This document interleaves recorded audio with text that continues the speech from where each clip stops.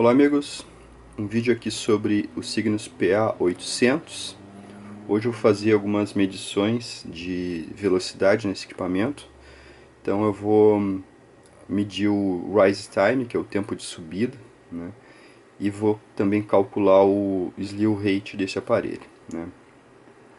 Então a gente sabe que para um amplificador ser fiel ele tem que ter uma certa velocidade, né? Ele tem que conseguir transferir, né, amplificar o que entra aqui, né, nos conectores de saída com uma certa qualidade de tempo, né? Então não pode atrasar muito o que entra aqui, né, em relação o que sai aqui em relação ao que entra aqui, né? Então a gente faz medições de velocidade para saber o quanto fiel, né, em tempo o amplificador pode ser.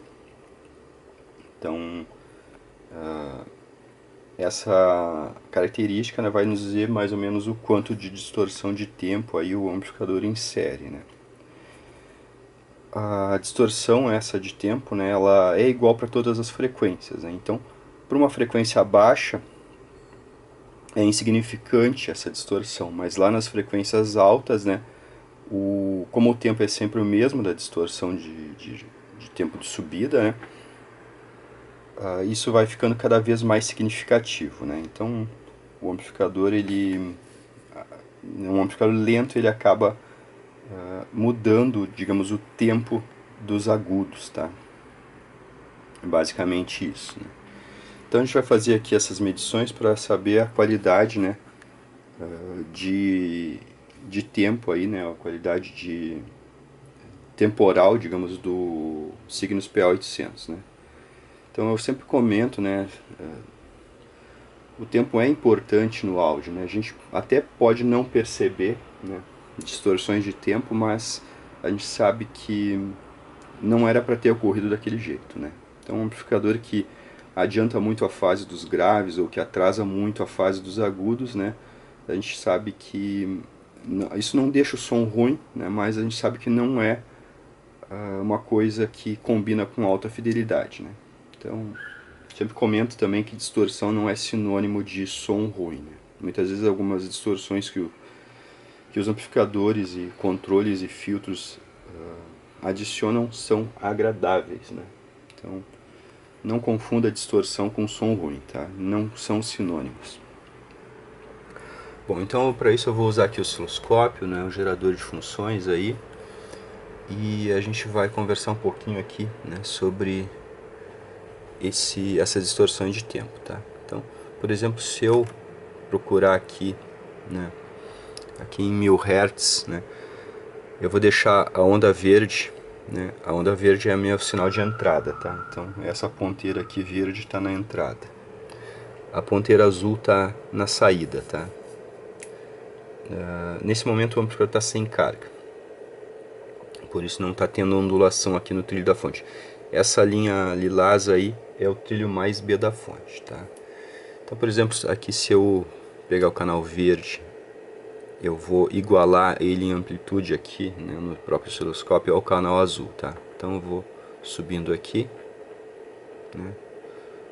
Eu já falei isso em outros vídeos, mas eu vou acabar repetindo aqui porque é sempre bom dar uma reforçada nisso. Eu vou mudar aqui o offset do gerador para que a gente tenha as ondas aí bem coincidentes, né? Então notem aí que a onda verde está em cima da azul, né? Estou com 1000 Hz.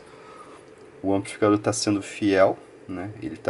A gente está entrando com 1000 Hz aqui, está saindo com 1000 Hz amplificado aqui, né? E a gente percebe ali no osciloscópio que o amplificador está sendo perfeitamente fiel, né? Então, se eu baixar a frequência aqui, né, botei agora 100 Hz, a gente já vê um deslocamento, tá? Então, o amplificador aqui em 100 Hz não está sendo tão fiel, né, quanto em 1000, né? Então, notem aí que em 1000 Hz o amplificador está 100% fiel, e quando eu passo aqui para 100 Hz eu vejo que o amplificador não está tão fiel assim, né? Isso é normal, tá?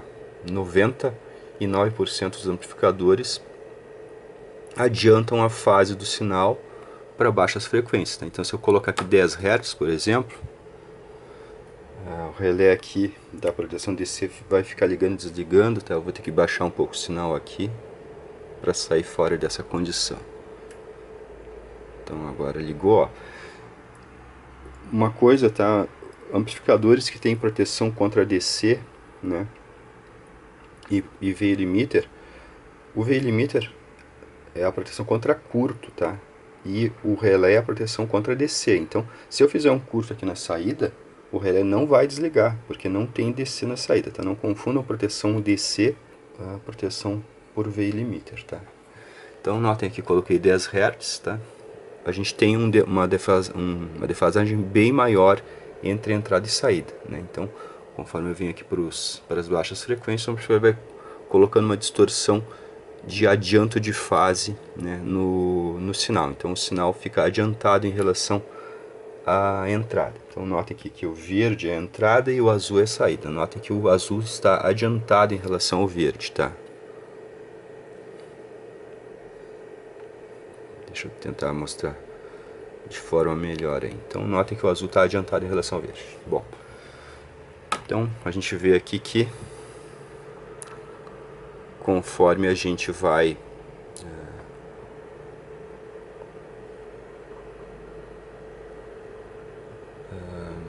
aumentando a frequência, isso vai sumindo, né? Então aqui 1000 Hz sumiu, eu vou colocar aqui 10 kHz.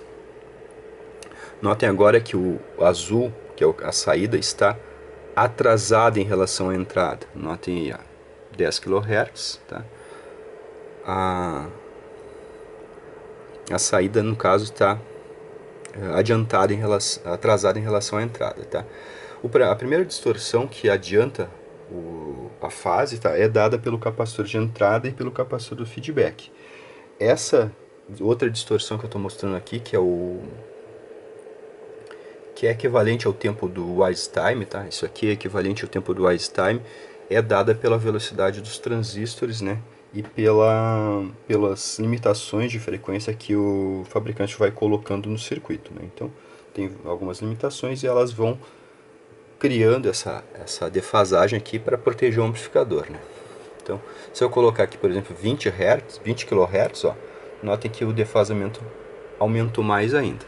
Então a gente vai medir essa característica aí, né, essa distorção de tempo que todos os amplificadores inserem no sinal, né? Então uns inserem bem mais, outros inserem bem menos, né? Então, para medir isso a gente vai precisar usar a onda quadrada, tá? E a medição do tempo de subida, a gente pega 80% do valor de pico a pico, né, da tensão, e vê o tempo nesse período, né? Então aqui, como o meu osciloscópio já mede direto, eu não vou precisar fazer cálculo, tá? Eu vou subir aqui o sinal, tá? Só que nota que nesse momento eu estou sem carga, tá? Eu vou ligar a carga e isso vai me causar uma limitação de tensão, tá? Ó, quando eu ligo a carga, notem que o mais B, né? A tensão do mais B, ela desce, ó. Então isso já me limita a excursão de tensão na saída, tá? Depois eu vou falar sobre isso. Então aqui eu tenho, ó, vou baixar aqui um pouquinho para a gente poder fazer a medição. Vou deixar aqui mais no limiar. Deixa eu ver aqui. Agora eu já vou baixar a frequência para não queimar ali o filtro, tá? Já está fumaceando ali porque a alta frequência acaba sendo conduzida por esse capacitor aqui do snubber, né? E aí o resistor ali sofre bastante, tá? Não faz diferença eu medir em frequência alta ou baixa, tá? Então aqui já dá pra gente medir, ó. Então a gente tem aí mais ou menos, a gente pode adotar isso, 2,05, tá?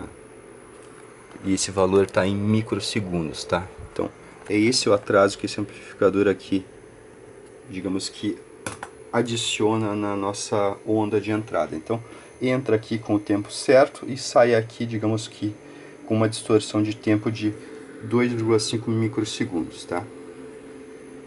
Então eu vou suspender aqui para o amplificador não ficar sofrendo muito, tá? Suspendi. Então a partir desse valor aqui, né, a gente vai acabar calculando o slew rate desse aparelho, tá? Eu não vou fazer medição porque tem vários aspectos que a gente tem que considerar numa medição de slew rate, né? Por exemplo, aqui, se eu colocar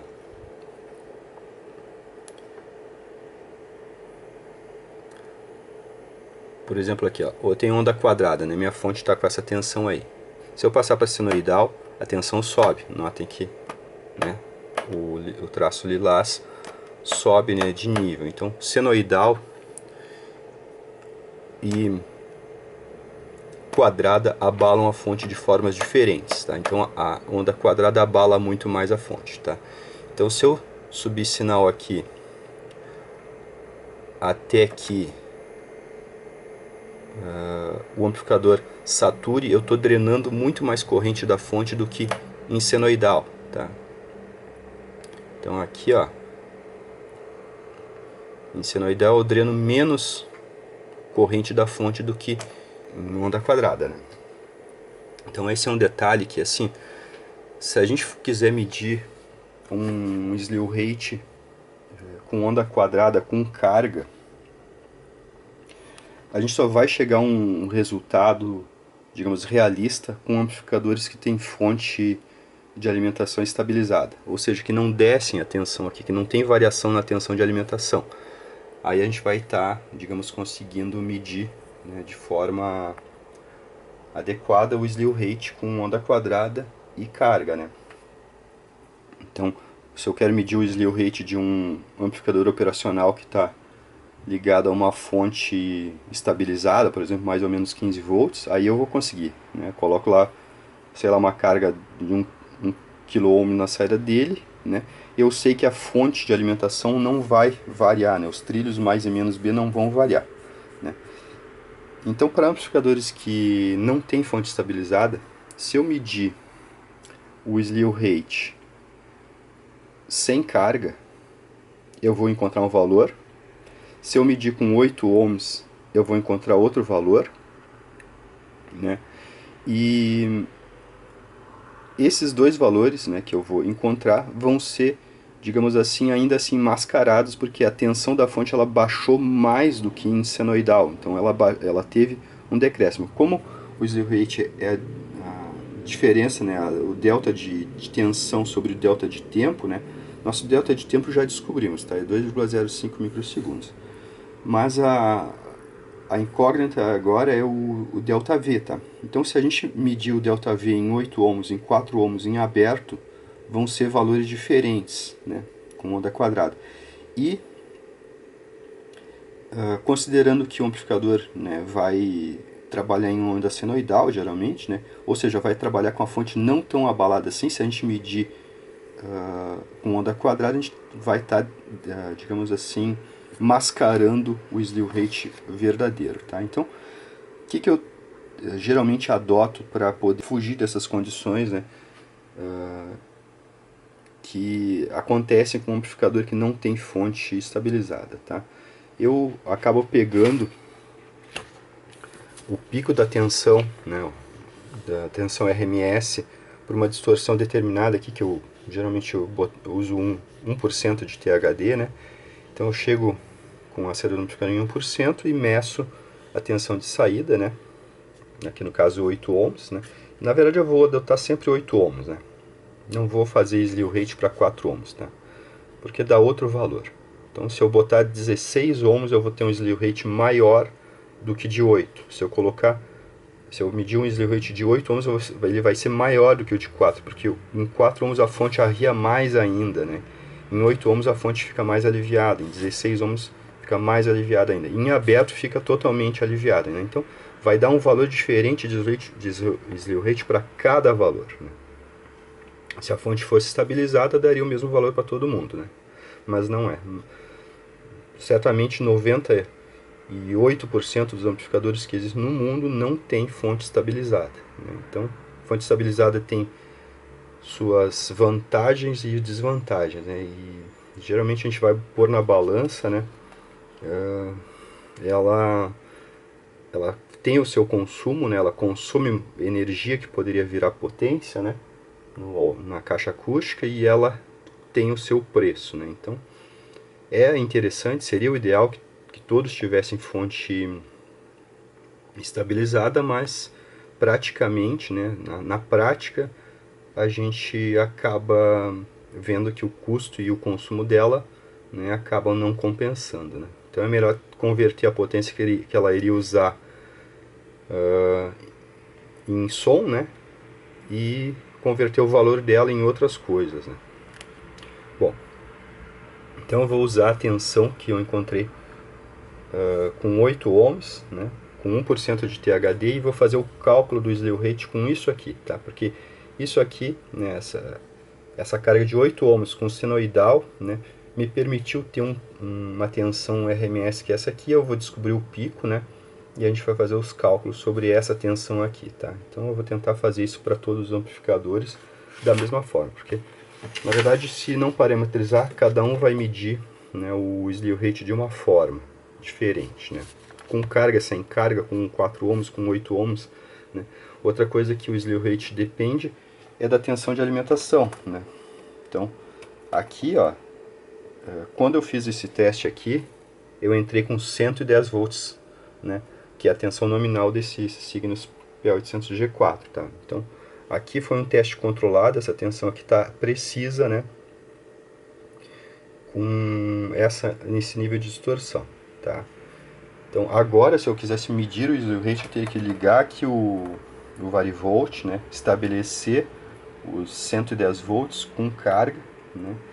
E fazer a medição. Então, quer dizer, complica muito mais, né? Eu já tenho o valor aqui, então não preciso ficar fazendo novamente, tá? Então, como é que eu vou fazer o cálculo do slew rate? Eu vou pegar essa tensão aqui, 30.80, né? Vou 30.80. Vou descobrir dela o valor de pico, né? Então, vezes raiz de 2. Vou multiplicar por 2 para ter pico a pico, tá? E vou multiplicar por 0,8 para pegar 80% desse valor, tá? Então, isso vai ser o nosso valor de pico a pico menos 20%, porque o slew rate a gente tem que pegar o slew rate e o rise time, né? Então, a gente tem que pegar daqui até aqui. A gente tem que descartar 10% aqui embaixo, né? E descartar 10% aqui em cima. Então, a nossa porção útil de medição é 80%. Então, a gente vai usar isso aí. Não adianta pegar aqui, né, nos extremos, porque vai acabar pegando outro fenômeno que tem aqui e outro fenômeno que tem aqui, tá? Então, por isso que é estabelecido aí esses 80%, tá? Aqui, ó, quando o osciloscópio mede o rise time, ele já faz isso, tá? Então agora a gente vai descobrir aí o slew rate, tá? Então é 30.8 vezes raiz de 2 para descobrir o valor de pico, vezes 2 para descobrir o valor de pico a pico, e vezes 0,8 para descobrir os 80% do que a gente precisa, tá? Então aqui, ó, 69,69, tá? Então vamos colocar aqui 69,69 divididos pelo rise time, tá? Que é o tempo de subida, 2,05 microsegundos. Aqui é volts, tá? Então agora a gente vai descobrir aí. Então vamos dividir isso aqui, tá? Por 2,05. 2,05. Então temos aqui nosso slew rate, tá? 34 volts por microsegundos.